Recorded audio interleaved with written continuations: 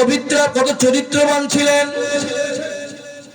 নবী তার বিবিদেরকে লক্ষ্য করে আল্লাহ তার নবীকে বলতেছে আপনার বিবিদেরকে পর্দায় রাখেন, আপনার মেয়েদেরকে পর্দায় রাখেন।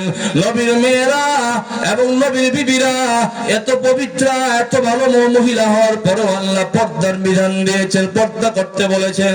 তাহলে আমাদের কি অবস্থা হবে? আমাদের তো কোনো আমলের ঠিক নাই, চরিত্র ঠিক নাই, ঠিক কি ঠিক না?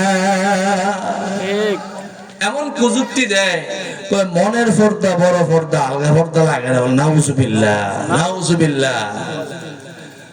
যদি মনের পর্দা বড় পর্দা হইতো তাইলে আল্লাহ তাআলা নবীকে কেন বললেন আপনি আপনার বিবিদেরকে বলেন, আপনার মেয়েদেরকে বলেন, মুসলমান মহিলাদেরকে বলেন তারা যেন বড় চাদর দিয়ে ডাইকা বাইর হয়? এটা কেন বললেন? কেন বলেন? এটা পবিত্র কোরআন, পবিত্র কোরআন। আর কোরআনের অপব্যাখ্যা দিলে তার ঈমান থাকে না। কি থাকে না?